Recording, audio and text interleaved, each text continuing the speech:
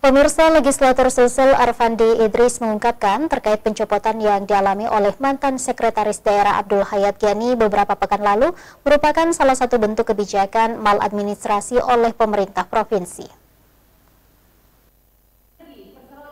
Legislator Sulsel Arfandi Idris angkat bicara terkait pencopotan Sekretaris Daerah atau Sekda pemerintah Provinsi Sulawesi Selatan Abdul Hayat Giani beberapa pekan lalu. Dirinya menjelaskan apa yang dilakukan oleh mantan Sekda Sulsel dalam melakukan upaya hukum terkait pencopotannya merupakan hal wajar.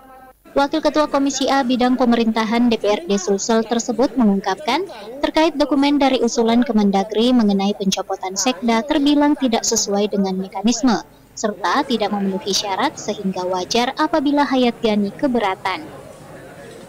Alasan dokumen yang ditampilkan pun sebenarnya dilihat tidak memenuhi syarat, sehingga pemerintah provinsi justru melakukan upaya maladministrasi. Menjadi hak bagi Pak Sekda Pak Hayat melakukan upaya karena itu berkaitan dengan menurut saya ini ada terjadi maladministrasi pemerintahan. Kalau kita membaca keterangan yang disampaikan oleh pihak pemerintah dan dokumen yang ada, usulan Kemendagri itu kan tidak sesuai dengan mekanismenya, wajar sesuai dengan Mendagri.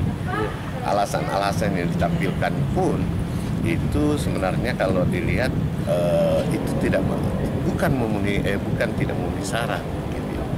Tapi itulah upaya pemerintah daerah di dalam melakukan tindakan maladministrasi. Arfandi menambahkan hasil pembentukan tim evaluasi yang dilakukan Gubernur Sulsel Andi Sudirman Sulaiman beberapa pekan lalu justru termasuk maladministrasi. Seharusnya yang berhak melakukan evaluasi secara langsung Kemendagri dan Kemenpan RB. Ardi Jaho, Slebes TV.